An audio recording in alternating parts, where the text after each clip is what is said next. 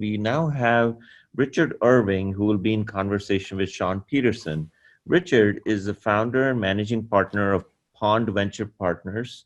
He is also a venture advisor to Samsung.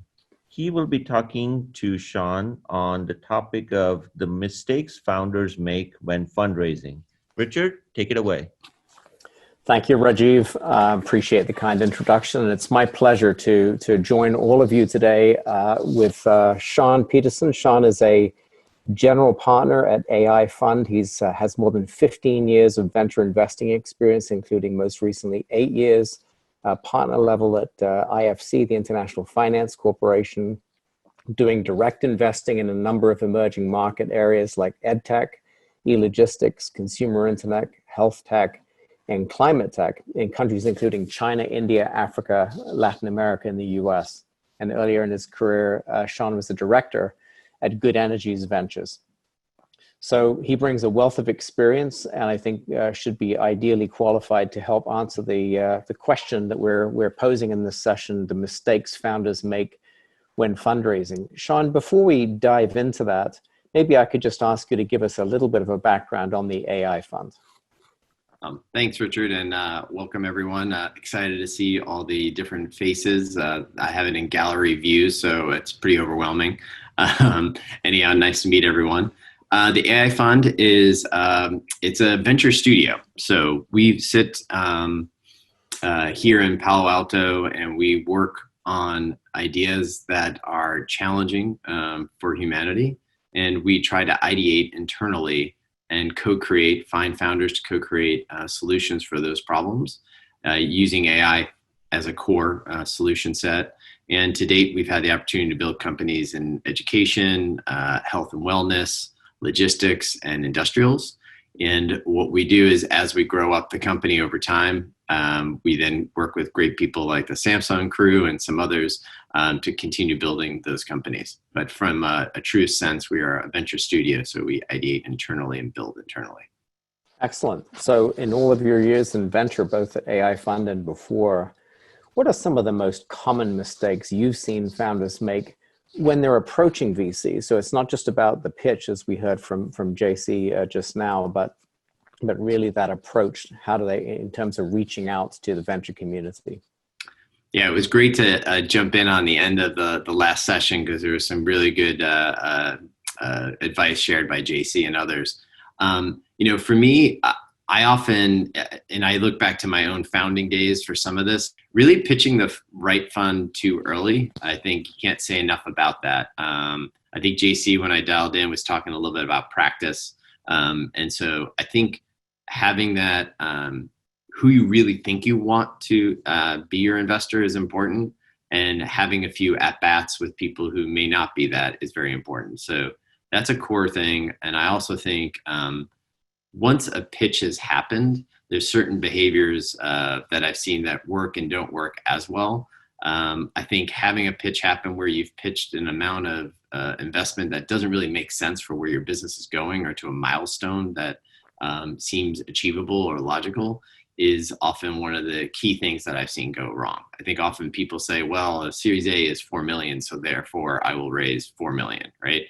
That's not what you need to raise. You need to raise what makes sense for you to get to a valuable milestone. And then I actually find things like, I think it's Mark Schuster is a big, on both sides of the table, he's a big proponent of reaching out to the rest of the partnership. I actually agree with that approach. I just think that you don't do that the minute you leave the building. So I've seen founders who are very eager start reaching out immediately to the other partners. Give everyone a bit of time to kind of absorb that, I think is important. And then finally, where I've had definitely partners be put off in pitches. So I've brought in a founder that I'm excited about, and we're in the partner meeting. And the founder shows lack of knowledge of the portfolio, and quite possibly the connectivity of their own business to the portfolio. It's okay to not know everything in the portfolio in some ways, but being really ignorant on some key companies that we might have there's a parallel, that doesn't show up too well. So you do need to research the investor that you're visiting. So you're talking really about a lot of, or a significant amount of prep work on the part of founders to be very diligent and thoughtful about who they approach and how. Yeah, I mean, I think it's, it's probably no different than an interview. If you really wanted the job, what would you be doing? And there's so much background work because obviously you also don't want to go meet up with a bunch of people you don't want to date, right? You're going to be living with these people for the next 5-10 years. So it probably behooves you to invest that time. The problem is volume, right? You're told I got to pitch 50 to 100 people to land my best term sheet. That's a lot of work, and that's true. A lot of prep work. Yeah, I think that's a great point. And I think certainly in my experience, I think entrepreneurs are often anxious about, look, I just want to raise the money. I know this is a great, plan. I just need the money. And what I've often said to them is, look, you need the right money. Like you said, raise the right amount of money from the right VC for the right business plan. Now, the right VC being an individual partner that can really help you, not just the fund, but that individual person will really add value to your business. Mm-hmm. And then for the right plan is, we've often seen companies get funding, and I'm sure you've seen this too, where you say, how on earth did these guys raise money? Because it's not going to work out. And those poor entrepreneurs are going to kill themselves for 5 years or more, and it just isn't going to happen. So I think, that's maybe that self-reflection, that's looking at yourself in the mirror before you even reach out to the VC. Am I credible? Is this the right thing to do?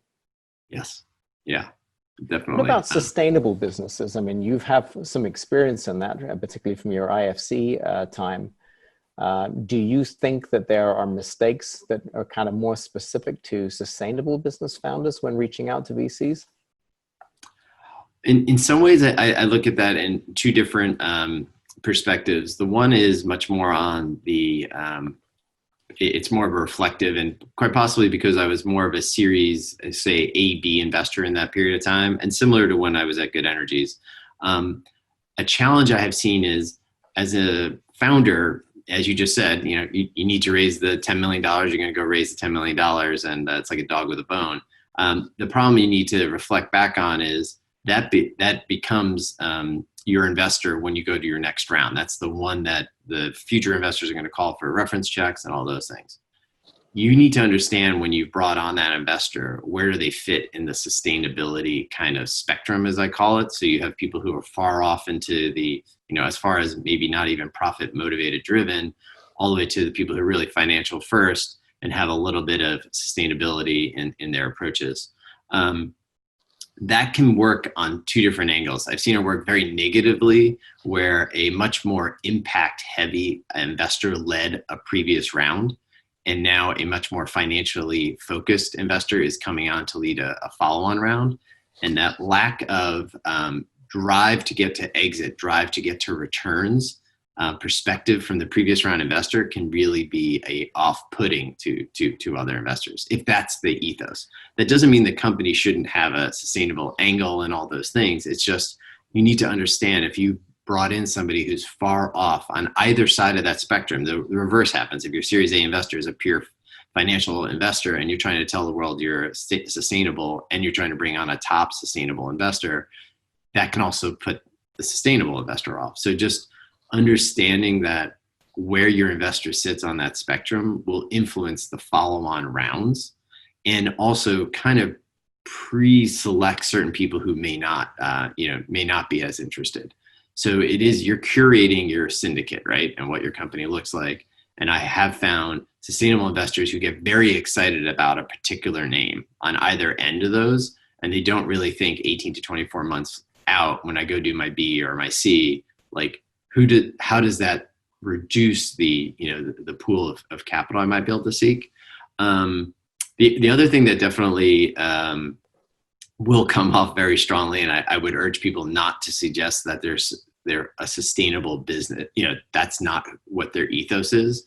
If you're not there yet, if part of your underlying business is healthcare, yes, inherently you probably are helping the world. But if it's not the ethos of the company, or it's not the ethos of the company yet, don't try to put that forward. You can say, like, we are working on it. It's something that we really find important, because for the investors that are, I would call true, really good financial first, but impact first investors, they will be absolutely put off by that, versus if you said, I am working towards this, because they will choose to invest, or they will say, I'm going to wait for the next round, but they'll appreciate the candidness. And they can often be helpful if you really are on that journey and helping you how to bring the sustainable ethos into a more metrics oriented type of approach within your company. So I would definitely not go sustainable first when you're pitching people, unless that is truly like inherent in the company, but it's okay to actually want to get there and share that. Excellent. All right, Sean. So I have one more question for you before we open it up to the audience for Q&A. So the question, really kind of is a follow-on to what JC and Kusha were just talking about, which is, as you listen to a pitch from entrepreneurs, what do you think works the best for you in that pitch? And for that matter, what works the worst? In other words, what things make you say, I really, really like this company, I really want to know more, or I can't wait to get out of here? I don't think I've ever waited to get out of here, just because I think the founders it's the hardest job. I think the venture job is the easiest one. We're just sitting there and they're doing the hard work. So for me, I would say, I guess I've already started off by saying, but the prep really matters. I think I was taught, like in college or something, the hamburger model. You have to set up a meeting, and there's something about like the hamburger model. Google it. I don't remember. But really prepping ahead of time, it's sharing the deck, it's knowing who will be in the room, making the effort to reach out to someone like me to understand who's going to be in the room, what would be most useful. It's really about having them put the effort in to set up ahead of time. Shows me that they're making the prep, that they're thinking about this as an important meeting, and that they want to deliver the best results. I think beyond that, really understanding that who is your sponsor within the firm and having that opportunity. But I would definitely say my favorite moment is when I've had it happen more than once. A founder will just all of a sudden say, you're asking so many questions about, I have a dashboard for this. This is what I focus on every day. And then they just open up their dashboard. So we're off the pitch and they are in their updated live dashboard and they're going through the key metrics that we're all talking about. That's usually the moment when we're all pretty fired up. That and/or going to the whiteboard and starting to jazz on something that is really very relevant to what we're going to is what I like. The pitch is obviously the beginning, and the slides are the beginning, but that moment when it goes off pitch is what it really works. Good advice. That's great feedback. So I guess also, Sean, while we're waiting for audience questions, let me ask you, in your current role in the AI fund, are there any geographies that you consider of particular interest? Well, the AI fund actually has a sister office in Medellin, Colombia. So obviously we probably have we have a knowledge of and a good experience with Latin America. But from an opportunity set, we are open to founders across the globe and co-creating with them. But generally, we've been working within, I would say, the American time zones, Americas, so North and South America. But I think with today and with COVID, we're certainly reviewing what those true options and how broadly we can go. Excellent.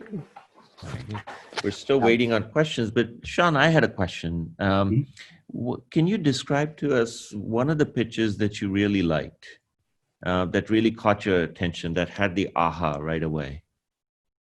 In my lifetime, certainly. Yeah, I would probably. Am I intended to name the company or just talk about why? No, just the why. Why? What? Because I think it ties in nicely to the preparation for the pitches of what it takes.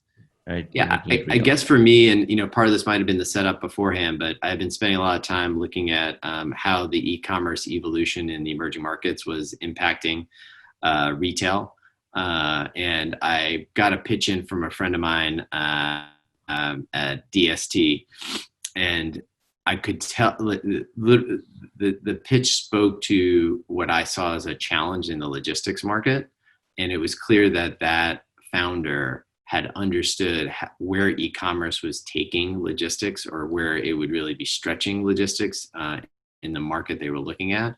and the detail with which they showed the gap in what was doable by the existing logistics solutions in that market, and really what would put together the holistic solution, like looking out 10 years, was remarkable. And I think it was only like 5 slides. Fantastic. Short, sweet. They got the message across. Yeah. Right. Thank you very much. Any questions? We're still staying tuned. Yeah, I think that that's a great story, Sean, and I would echo that experience and also state the reverse again, without naming any particular companies. That the worst thing that I think a founder can do, in my experience, because you're so immersed in your business, you're working so hard on it, that you start, as soon as you start talking about the business, you're already down at the 2-foot level, as opposed to, why are we here? What are we doing? Why does it matter?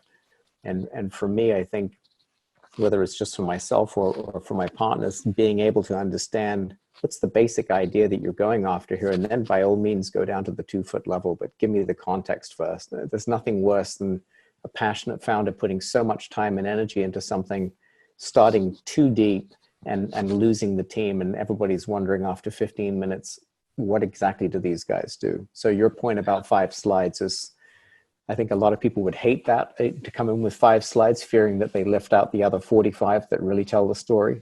But I think it's a great comeback for that line. It is. We do have a question from KK. He asks, can you recover from making certain mistakes? Also, if you get rejected, is there a good way to ask for connections to other investors or feedback? So, and Richard, obviously, I'll let you answer it as well. I mean, certain mistakes, if we mean like in the pitch in a meeting, I mean, it's just like any other meeting. I don't think, mistakes are pitfalls that are permanent.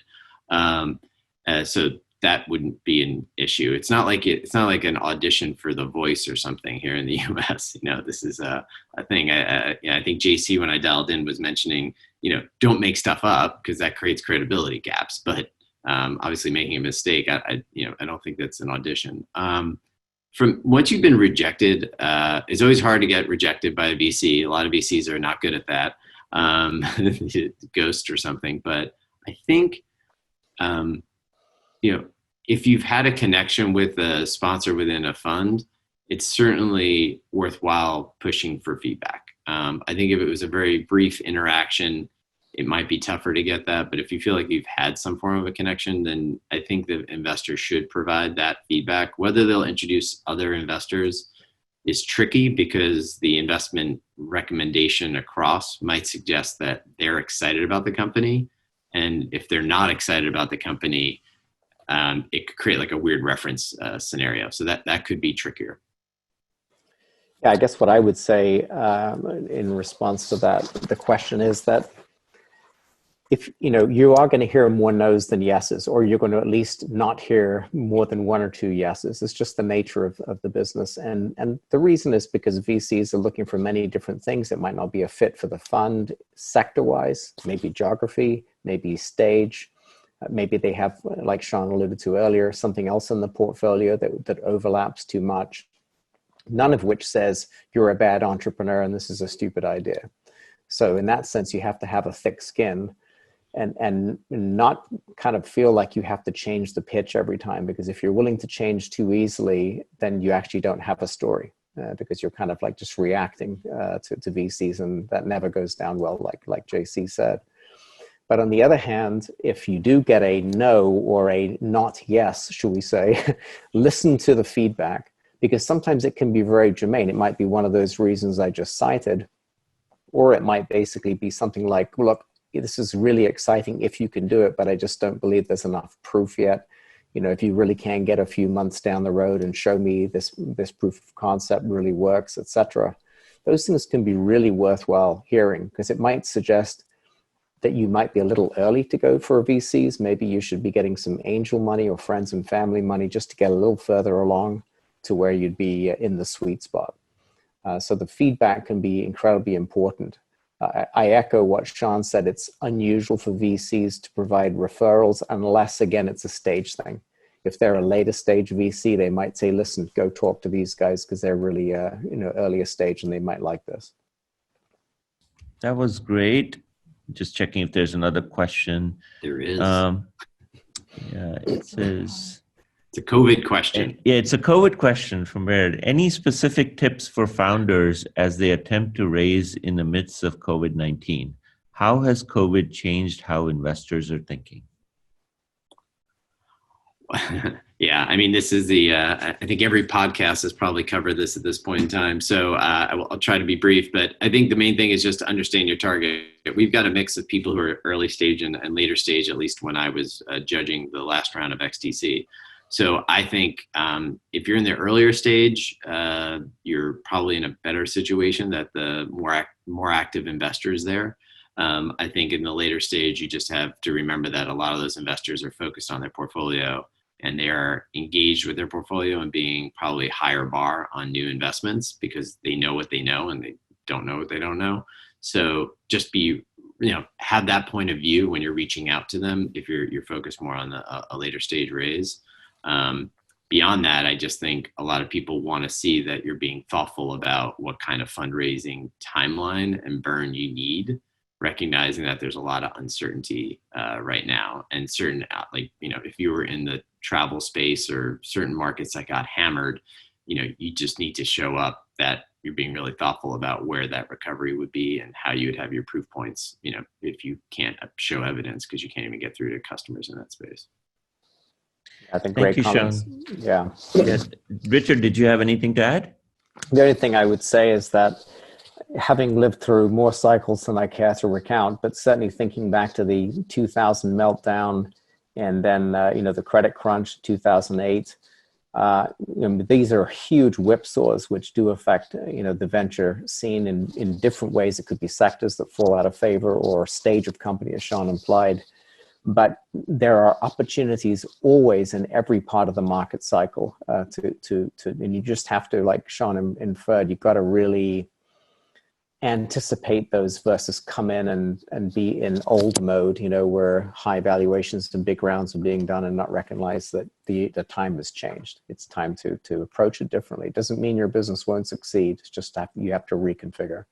Yeah, and I guess actually one thing I would say, I guess I'm too old to not admit the fact that I was part of that first blow up in 2000, but and we experienced this personally with my first company, taking on terms that are effectively very favorable to that investor will affect you for your follow-on raises. We had a participating preferred that we took on, and this is the world when that happens. This is the type of world where that happens.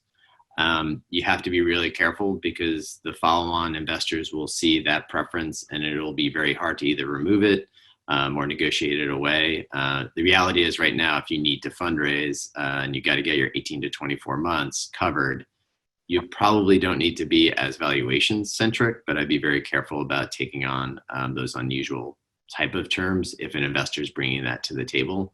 Because I personally was impacted by that, and it's the real world and it happens, but be careful with those kind of things. But taking a 10% hit is fine because right now Series Bs are going to come down in pre-monies, which will knock onto the A's, which will knock onto the seed eventually. So remember that avalanche is coming. So it'd be a little less dilution sensitive, but I'd be very careful on key term sensitivity.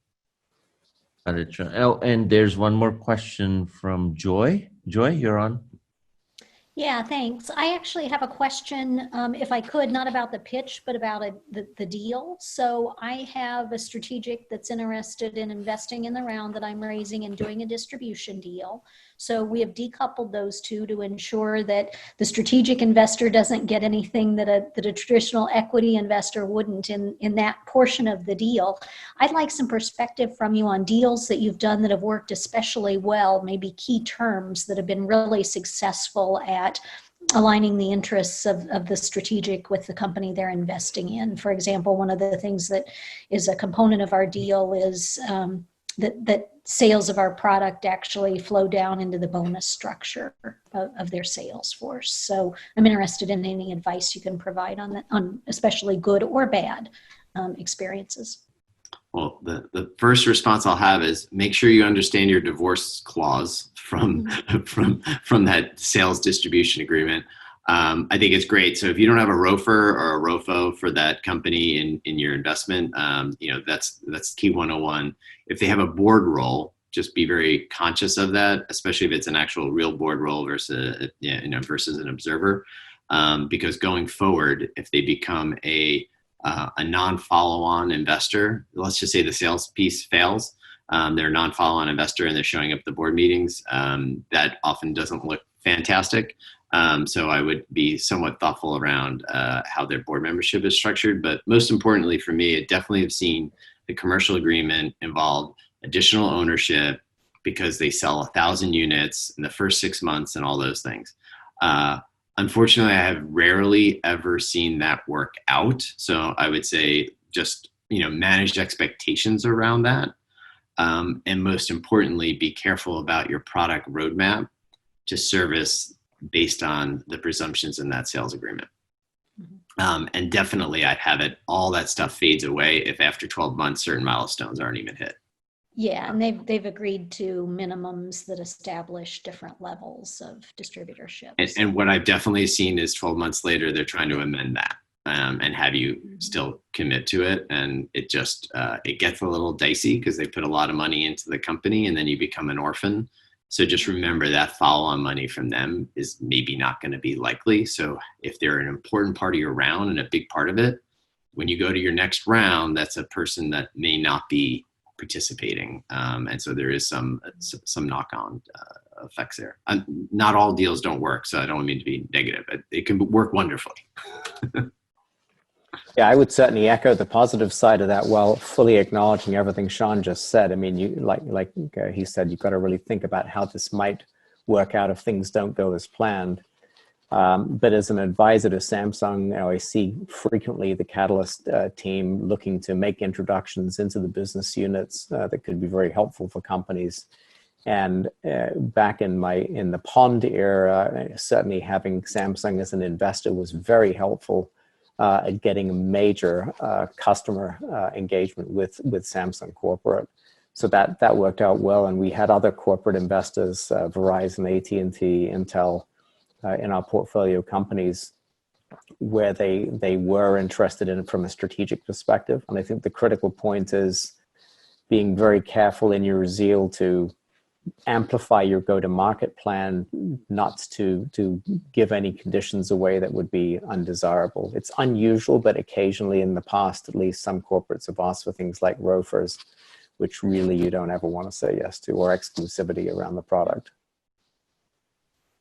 Awesome. So exclusivity around the product in a very limited geography where they're the key player in the market, and if the agreement specifies that that exclusivity only continues to exist if they're selling a volume larger than we've got in our sales projections. Give me some feedback on that. Limited exclusivity is fine. That's the critical thing with exclusivity. Is limited by geography, market sector, etc. Yes, then you're fine as long as there's performance conditions as well. Yeah, it sounds like you had the performance conditions, so it didn't seem like, so it sounds like you have good advisors on the commercial agreement side, so you're surrounded by good people. So thank you, Sean. Thank you, Richard. We're coming to the end of this session. If anybody in the audience wants to get in touch with you, what would be the best way to do so? Sean? I'm Sean at aifund.ai, which I think is all pretty easy to spell. And you can reach me at r.irving, IRVING, at partner.samsung.com. Wonderful.